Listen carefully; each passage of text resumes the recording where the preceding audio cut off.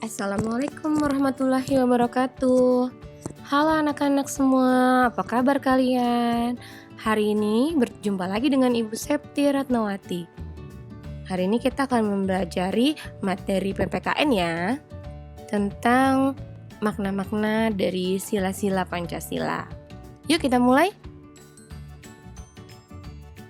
Penerapan sila pertama dan kedua Pancasila dalam kehidupan sehari-hari. Sila pertama, kalian tahu kan bunyinya apa? Ketuhanan yang Maha Esa. Jadi maknanya itu mengandung makna bahwa bangsa Indonesia itu adalah bangsa yang bertakwa kepada Tuhan yang Maha Esa. Jadi contoh-contohnya tuh bertakwa kepada Tuhan yang Maha Esa, mensyukuri segala yang ada di alam semesta, mengakui kebebasan memeluk agama, dan juga menghormati dan saling menjaga kerukunan antar pemeluk beragama. Jadi antara pemeluk satu agama dan yang lainnya yang berbeda agama harus tetap saling menjaga kerukunan, menghormati, begitu ya. Kalau sila kedua itu maknanya adanya pengakuan terhadap persamaan derajat antar sesama manusia. Jadi bahwa setiap warga negara itu memiliki hak dan kewajiban yang sama. Jadi antara si A dan si B, dia mempunyai hak dan kewajiban yang sama sebagai warga negara Indonesia. Nilai-nilai yang terkandung tuh contohnya seperti dia tadi mengakui persamaan derajat antar manusia, mengakui persamaan hak dan kewajiban antar warga negara, kemudian mengembangkan sikap tenggang rasa, saling menyayangi sesama manusia, serta gemar juga melakukan kegiatan kemanusiaan. Contohnya kalau di dalam kelas ada temannya yang sakit, dijenguk, ada temannya yang tidak membawa bekal, kalian bawa bekal, diberikan bekal kalian, makan bersama misalkan. Gitu ya, sopan juga terhadap guru, saling menyayangi antar teman. Seperti itu contohnya.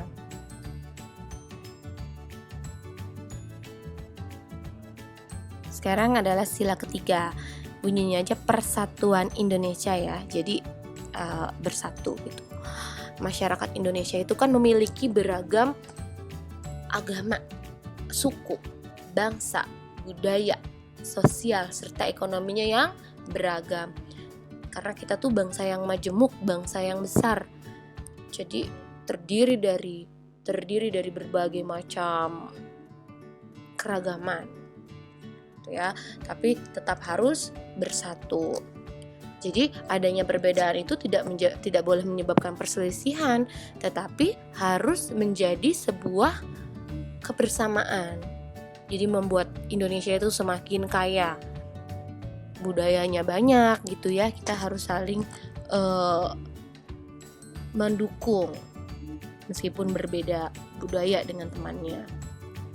Terus kesadaran dalam mewujudkan Indonesia yang bersatu dapat tercapai jika kita menghayati semboyan negara kita, yaitu Bhinneka Tunggal Ika. Kalian tentunya tahu kan arti Bhinneka Tunggal Ika? Jadi meskipun kita berbeda-beda, ya tetap satu juga, Indonesia. Sekarang kalau dalam penerapannya dalam kehidupan kita sehari-hari, sila ketiga itu tuh usaha menuju persatuan rakyat dalam negara kesatuan Republik Indonesia. Juga persatuan Indonesia juga mengakui dan menghargai sepenuhnya keanekaragaman yang dimiliki bangsa Indonesia. Contohnya kalau di dalam kelas ada anak baru, dia datang dari Jawa, atau dia anak baru datang dari Ambon, suku Ambon. Dia kan pasti berbeda dengan kita nih yang biasa ada di Jakarta.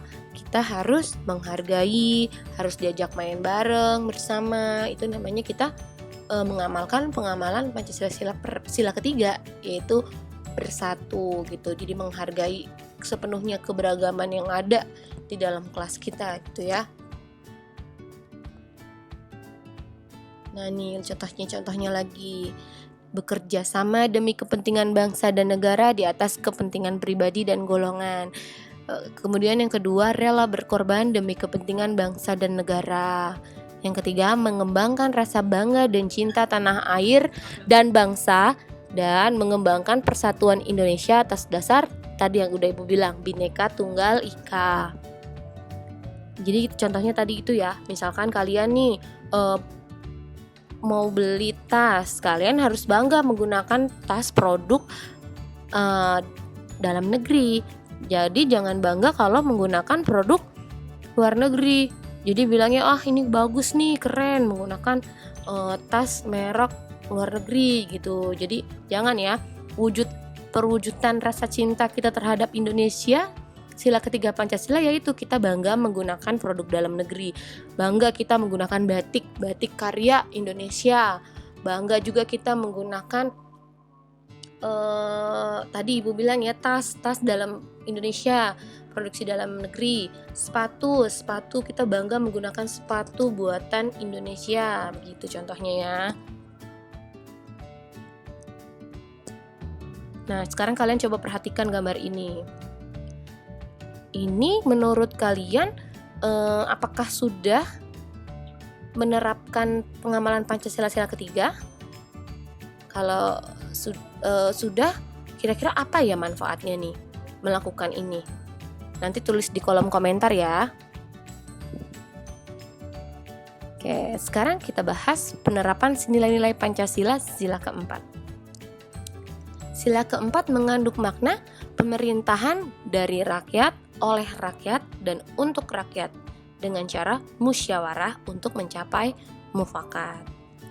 Musyawarah adalah suatu upaya bersama dengan sikap rendah hati untuk memecahkan persoalan guna mengambil keputusan bersama dalam penyelesaian masalah.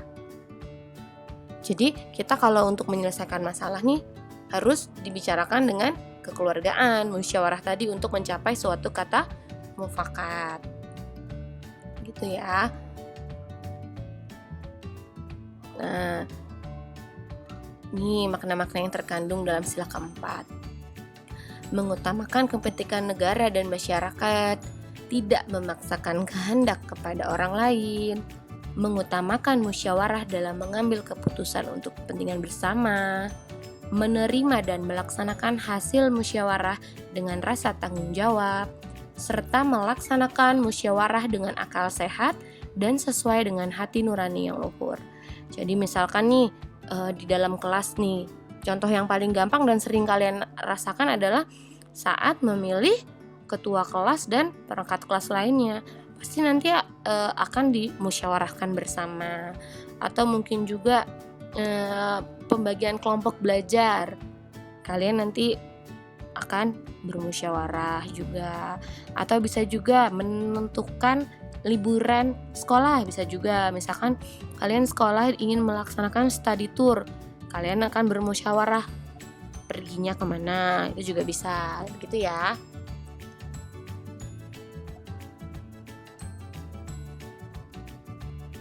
Penerapan nilai-nilai sila keempat Pancasila. Sila keempat menjadi pedoman dalam menyelesaikan masalah yang menyangkut kepentingan bersama. Sesuai dengan sila keempat Pancasila, penyelesaian masalah sebaiknya dilakukan dengan cara musyawarah untuk mencapai mufakat. Tadi yang Ibu bilang ya.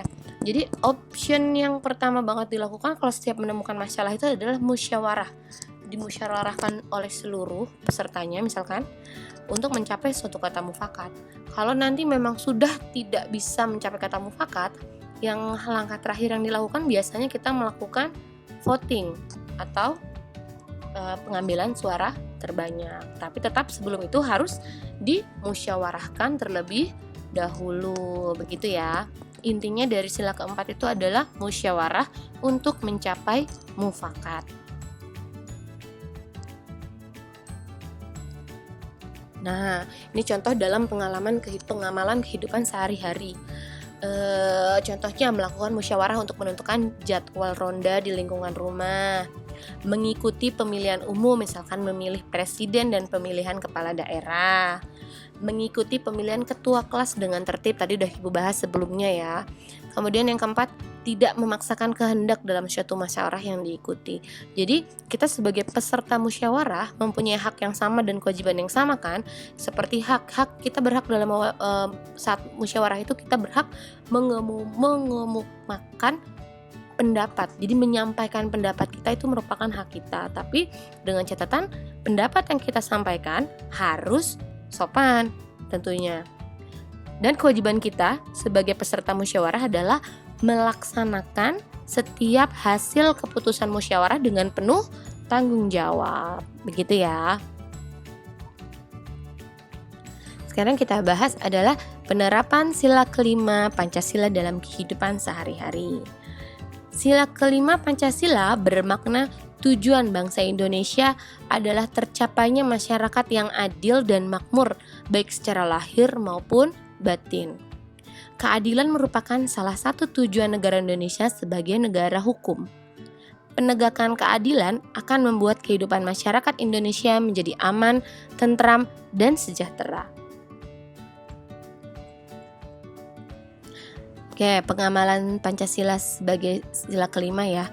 Yang pertama, bersikap adil tentunya ya. Yang kedua, menjaga keseimbangan antara hak dan kewajiban. Jadi jangan sampai kita selalu menuntut hak kita tetapi kewajiban kita tidak dilaksanakan. Itu sangat tidak boleh ya. Jadi harus seimbang antara hak dan kewajibannya.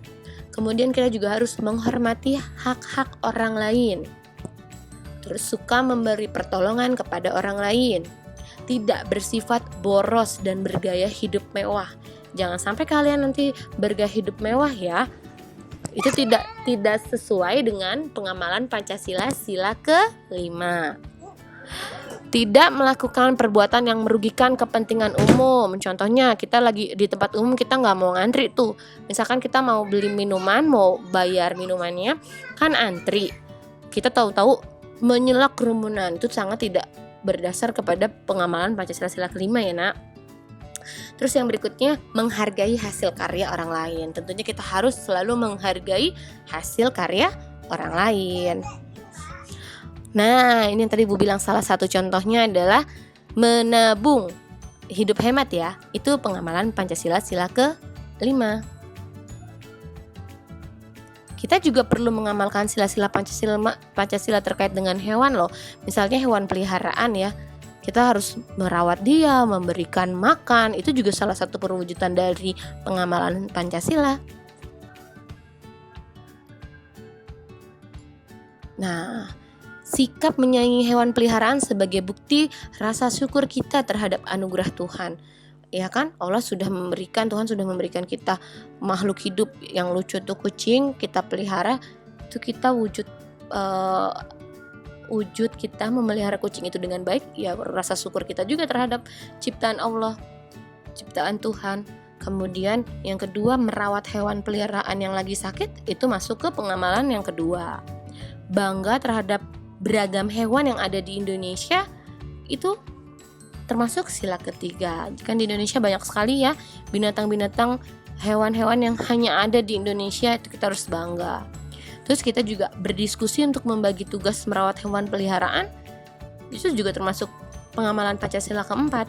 Jadi misalkan kalian punya adik, punya kakak nih, yang siang yang ngasih makan adik, sorenya kakak, malamnya kamu misalkan. Itu juga termasuk pengamalan Pancasila sila keempat. Kemudian membagi tugas merawat hewan dengan adil. Itu sila kelima. Jadi membagi tugas proporsinya juga harus adil, begitu ya.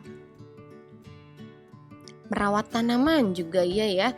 Penerapan sila-sila Pancasila tuh jadi tidak berkaitan dengan sesama manusia juga ya.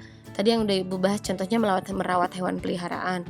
Selain hewan juga tumbuhan juga perlu dirawat. Kita berikan air, kita berikan pupuk, seperti itu ya. Nah, jadi kita bersyukur kepada Tuhan atas karunia-Nya sehingga kita dapat memanfaatkan berbagai tumbuhan. Ya kan, itu wujud rasa syukur kita. Misal kalau nggak ada tumbuhan kita nggak bisa bernafas ya kan. Tumbuhan itu menghasilkan apa tahu kalian? Oksigen gitu ya. Jadi dirawat tumbuhannya dengan baik. Terus kita juga bangga terhadap berbagai tumbuhan langka yang ada di Indonesia. Contohnya coba, kalian tahu nggak tumbuhan langka yang hanya ada di Indonesia? Bunga apa coba? Ada yang tahu? Nanti tulis di kolom komentar ya, bunga apa atau tanaman apa yang hanya ada di Indonesia, langka dilindungi. Kemudian bersama-sama menjaga kelestarian tumbuhan di sekitar kita. Nah, coba nih sekarang kalian semua perhatikan. Ini ada anak kecil ini lagi pegang kucing. Kira-kira penerapan sila-sila Pancasila yang dilakukan oleh anak ini apa saja? Yang sudah tahu jawabannya, boleh langsung ditulis di kolom komentar ya. Cukup sekian materi dari Ibu hari ini. Semoga kalian paham. Jika ada yang belum paham, boleh langsung tanya ke Ibu ataupun ditonton lagi videonya dari ulang ya. Selamat belajar. Salam sehat ya. Jangan lupa cuci tangan. Assalamualaikum warahmatullahi wabarakatuh.